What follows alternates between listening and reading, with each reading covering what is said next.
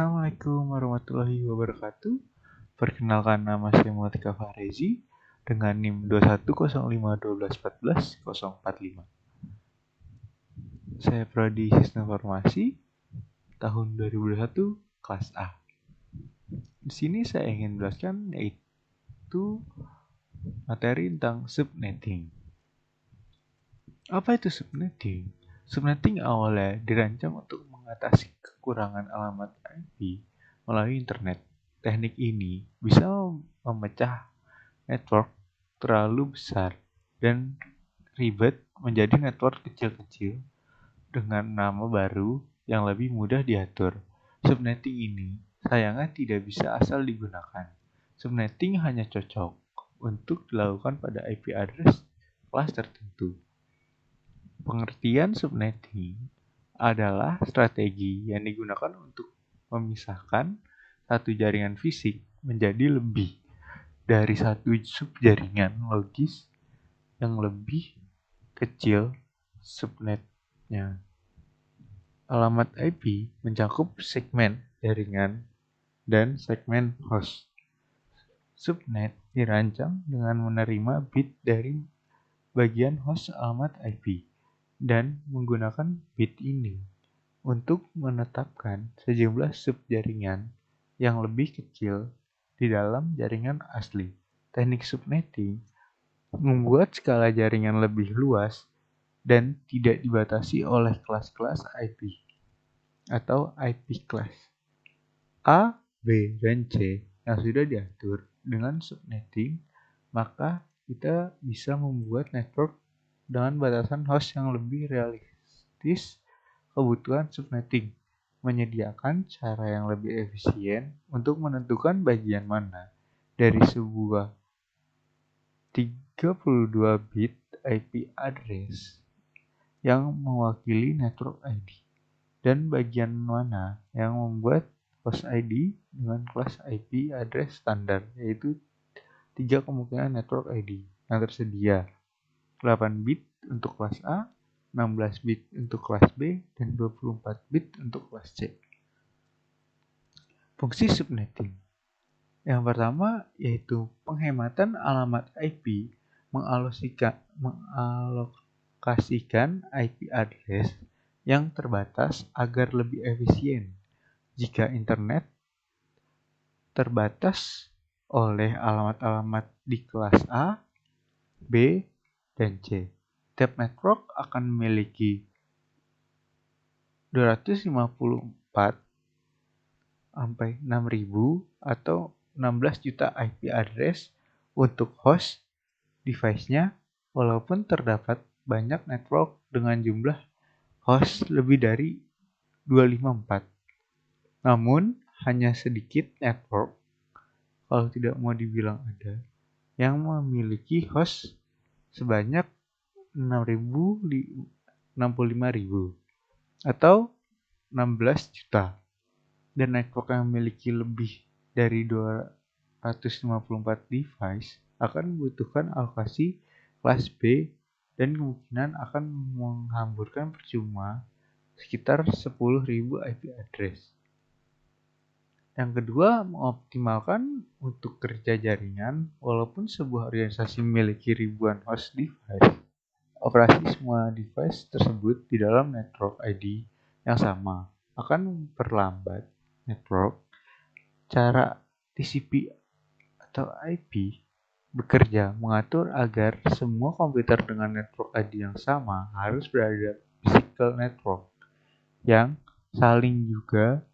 Physical network memiliki domain broadcast yang sama, yang berarti sebuah medium network harus membawa semua traffic untuk network. Karena alasan kinerja, network biasanya disegmentasikan ke dalam domain broadcast yang lebih kecil, bahkan lebih kecil dari kelas C address. Tutorial subnetting menggunakan Cisco Packet Tracker. Kali ini saya ingin menjelaskan tutorial cara subnetting menggunakan Cisco Packet Tracker. Nah, di sini saya menaruh dua switch terlebih dahulu. Nah, switch ini bisa diartikan yaitu yang sebelah kiri yaitu lab 1 dan di sebelah kanan kita kasih nama lab 2. Nah, setelah switch pada lab 1 dan lab 2 sudah ada, kita masukkan 3 buah komputer pada satu labnya.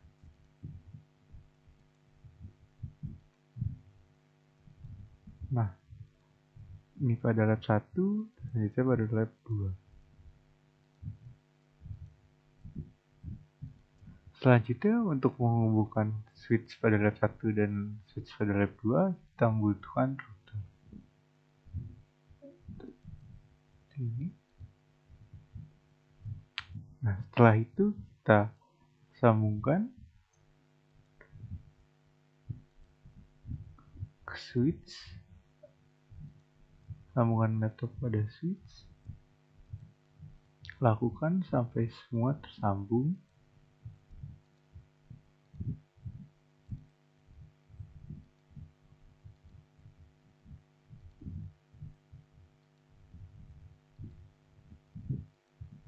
Nah, sekarang switch pada router, switch pada lab 1 dan switch pada lab 2 ke router.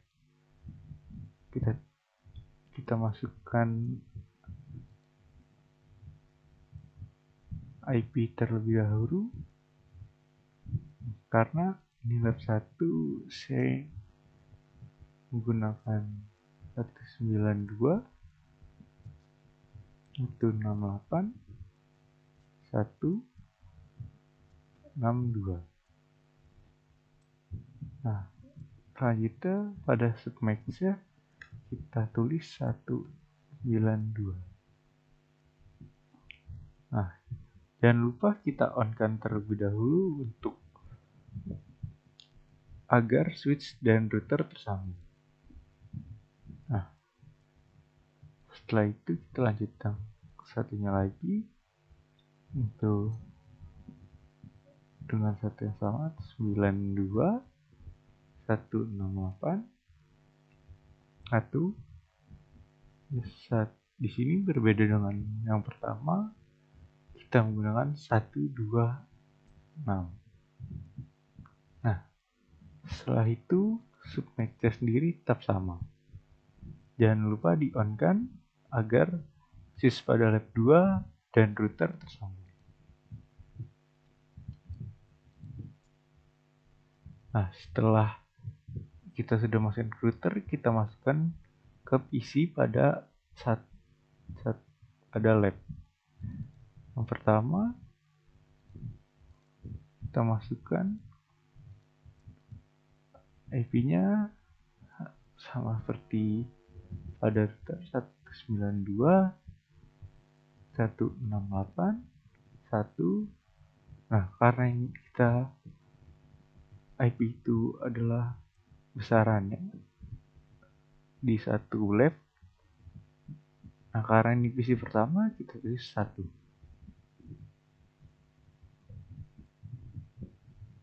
Nah, submax-nya kita samakan yaitu 192. Nah, pada kali ini kita coba pada PC pertama kita biasa pakai gateway. Apakah pada saat kita pakai dan tidak pakai itu bersama atau tidak?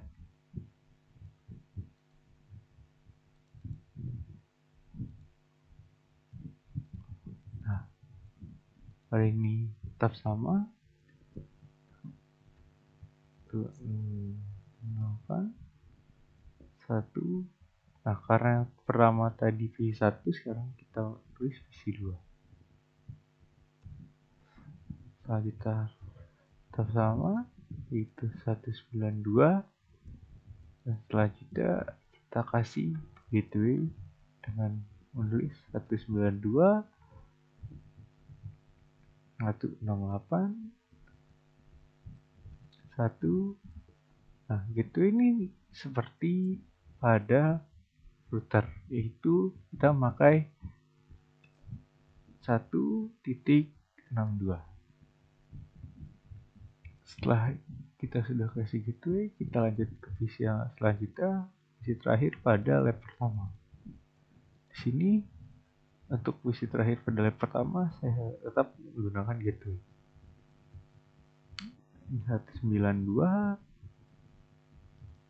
168, 1. Selanjutnya karena tadi visi kedua dan yang terakhir berarti ini visi ketiga. Subnet tetap sama, yaitu 192. Gateway-nya yaitu 192, 168, 1.62.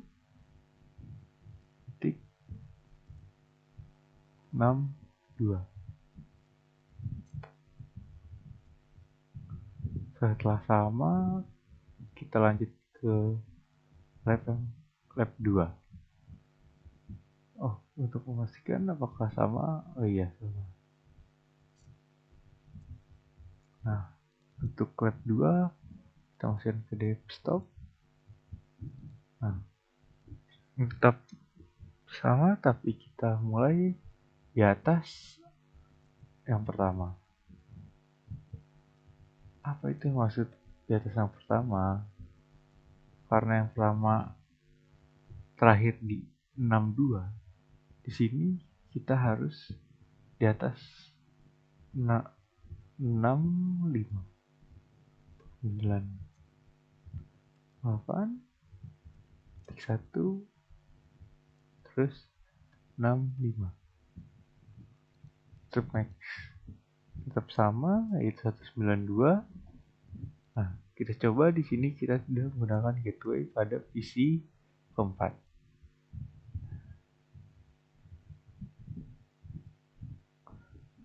Biar tidak bingung, kita tulis dulu visi pertama.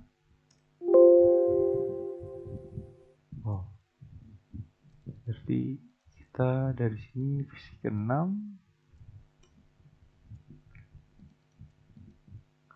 visi ke-5, visi ke-4, dan visi ke-3, visi ke-2,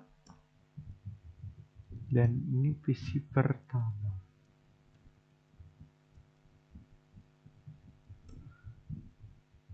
Setelah tadi kan kita terakhir visi ke-4, berarti kita lanjut ke visi yang ke-5. Nah, kita tetap lanjutkan yaitu 162, 168, 1, lanjutan dari yang sebelumnya 65 yaitu 66.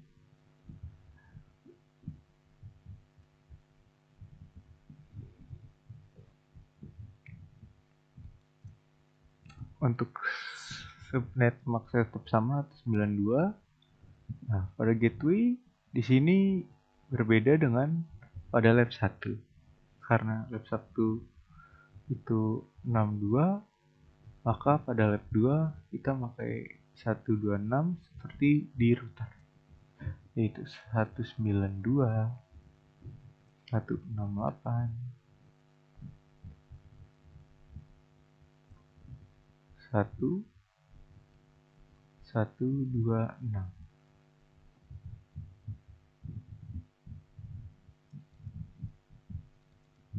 Nah, pada visi terakhir pada lab 2 kita pakai gateway juga 192, 168, 167. Submax tetap sama yaitu 192. Selanjutnya gateway-nya, gateway kita 192, 168, 1126. Karena seperti ini kita bisa mencoba rangkaian ini dengan mengirim email. Coba kita kirim email dari PC1 ke PC2. Apakah bisa? Oh, di sini sudah tulisan sukses. Nah, tapi apakah yang tidak dikasih gateway bisa mengirimkan email kepada lab 2? Kita coba.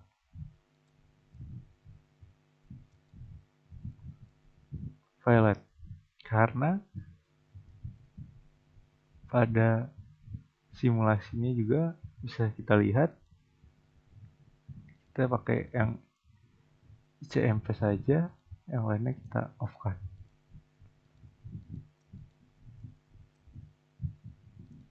Nah, bisa kita lihat skenario yang kita buat. Yang pertama yaitu PC1 mengirim pada PC2 dalam sama satu lab, dan satunya berbeda tapi tidak memiliki gateway. Kita lihat ada PC1 mengirimkan PC2,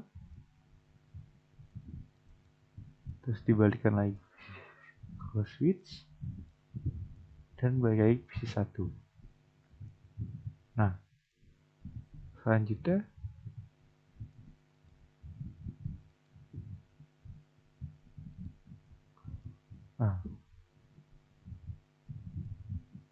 karena nggak ada gateway, semua kiriman silang.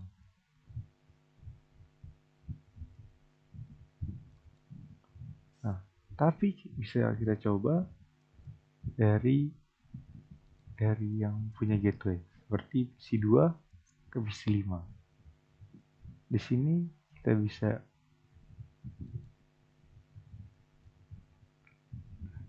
lihat,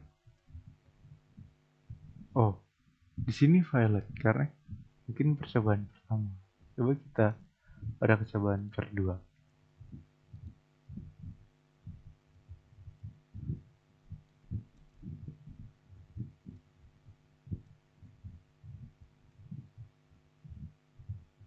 Biasanya pada percobaan pertama biasanya gagal.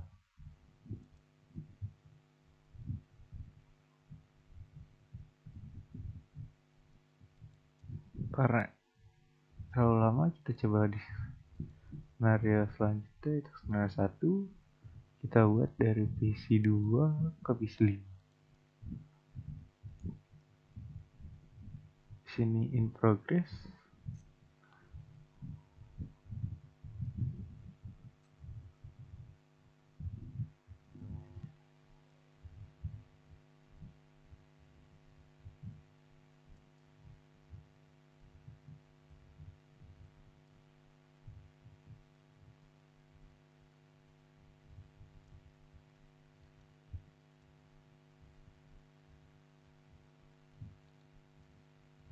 Setelah successful, coba kita lihat simulasi pada PC2 ngirim email ke PC5.